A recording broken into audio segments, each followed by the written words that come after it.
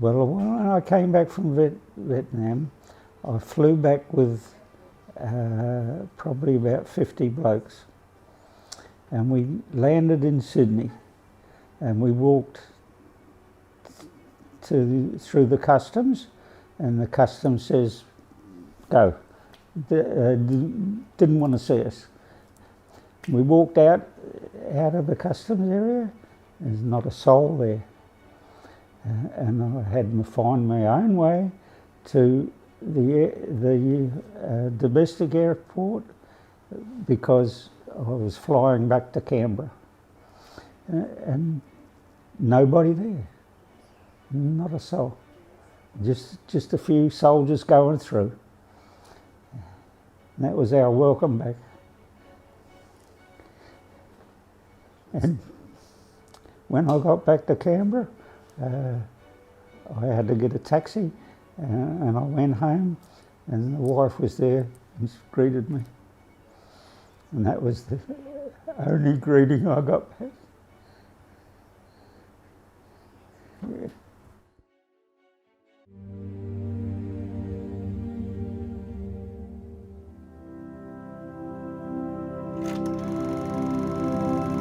When we went to Vietnam, we had really no idea what we were going to. We had no briefing before we went, and we had no briefing when we came home. We weren't debriefed. I think it made me realise, that one day at a time, you never quite know what's coming around the corner. And I certainly, if I had my time over again, I'd do the same thing. It was an experience, certainly from a nursing point of view, it was an experience you wouldn't get anywhere else. But not only that, it was an experience, a life experience really. In a way, you have your normal family, and then you become within an army family. It's amazing how you can walk into an area with soldiers, sailors or airmen, whatever, and you very quickly you're back in an environment that you're aware of. It was a privilege to nurse them.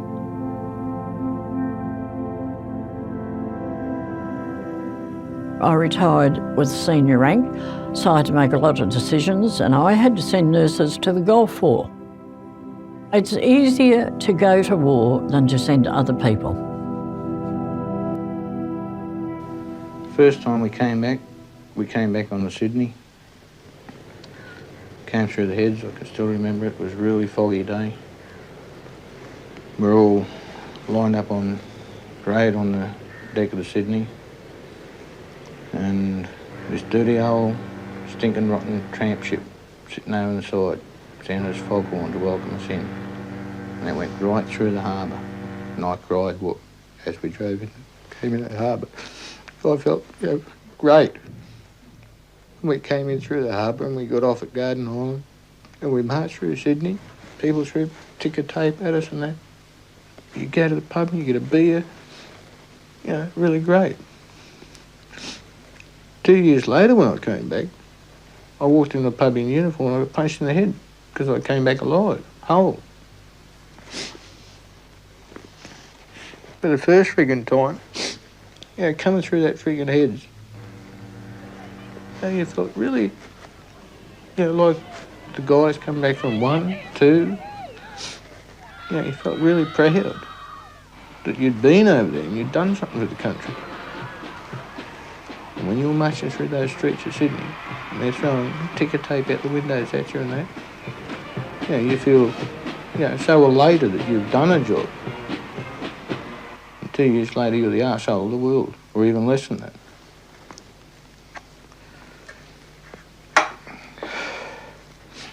Why? Because I was bloody 19 years old and I got sent over there. 20 years old, I came back. At 22, I went back over there. And what's the difference in 2 years?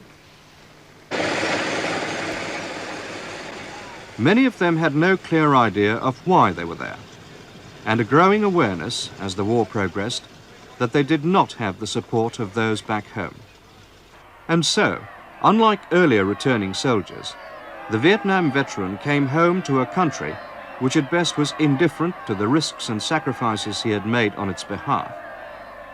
And worse, he was regarded as some sort of monster who had enthusiastically participated in the slaughter of innocent women and children. I used to, when the staff had gone home, or the other staff had gone home, I used to sit in the strong room and suck on the bank's revolvers, you know. And at the time I thought it was quite normal. And I did it for years.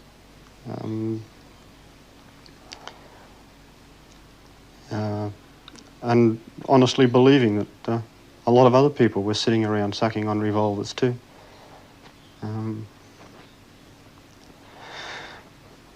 And when I found out that other people weren't, that's when I really started to think I was going crazy. Yeah.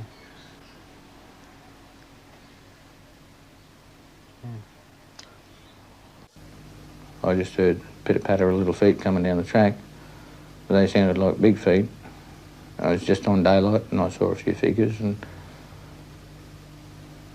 I just let it rip. And I blew away a few people. But I should have waited, or I should have yelled out, but I didn't know what to yell out, so I just let it rip. And there's 3 people dead now that shouldn't be dead.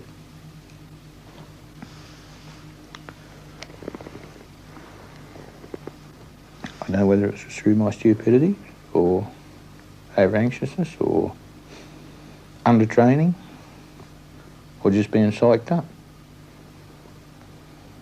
It was a game there. But when I went out and saw that they weren't there no more. They were just lumps of flesh.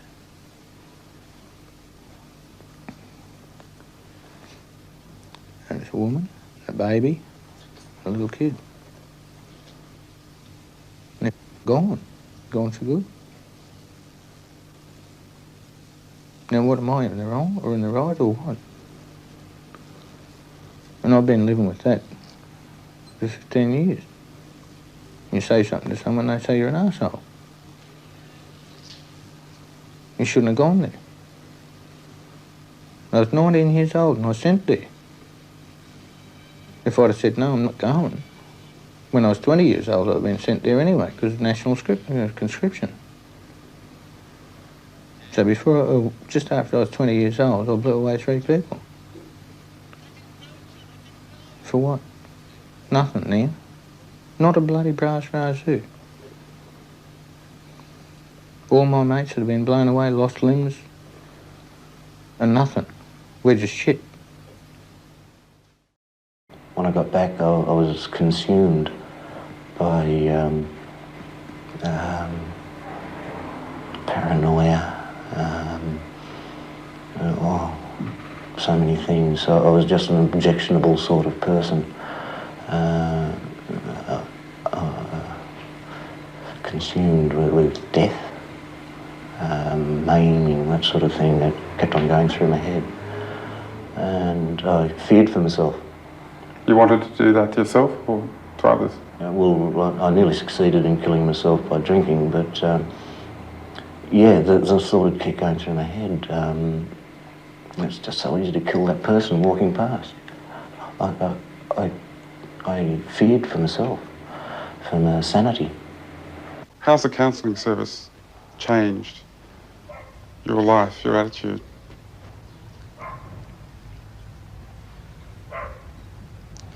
Yeah, they're great. They've helped me a lot in that I've realised now that that I'm not alone and that I'm not crazy, and they're teaching me to get over the guilt, I guess, that I felt. Yeah. And they're you know, with their support and from the support with the other guys in the group,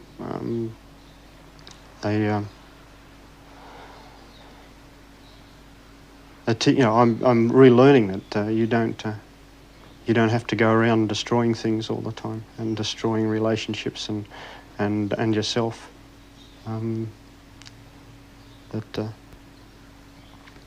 They're good. What do you think would have happened if you hadn't have gone to the counselling services with your life? I would have gone crazy, or I would have ended up sucking on a revolver once too often. Yeah.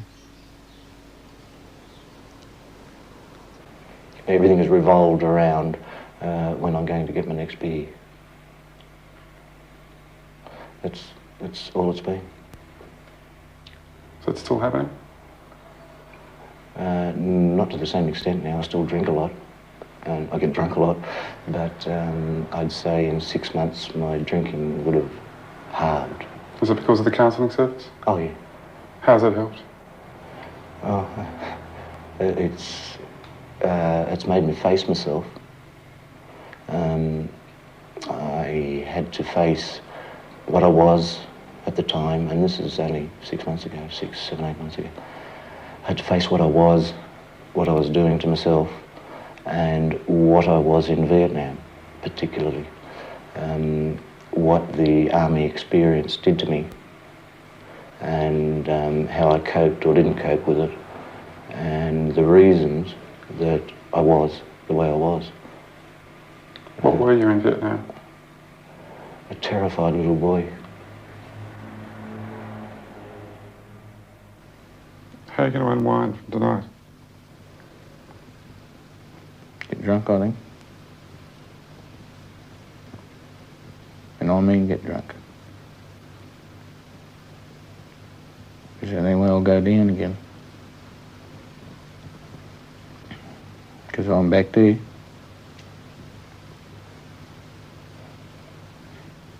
I can see all that shit again. I can see all those contacts. I can see all that bloody garbage that we went through.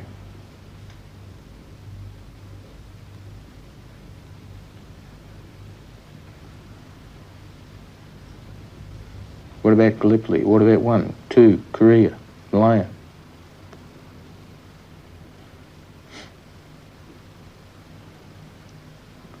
There's got to be someone go. It's just that we're so screwed up psychologically now, and we're not getting any help from anyone. Government, people in the streets, anything. We're just arseholes. Because we went to friggin' Vietnam.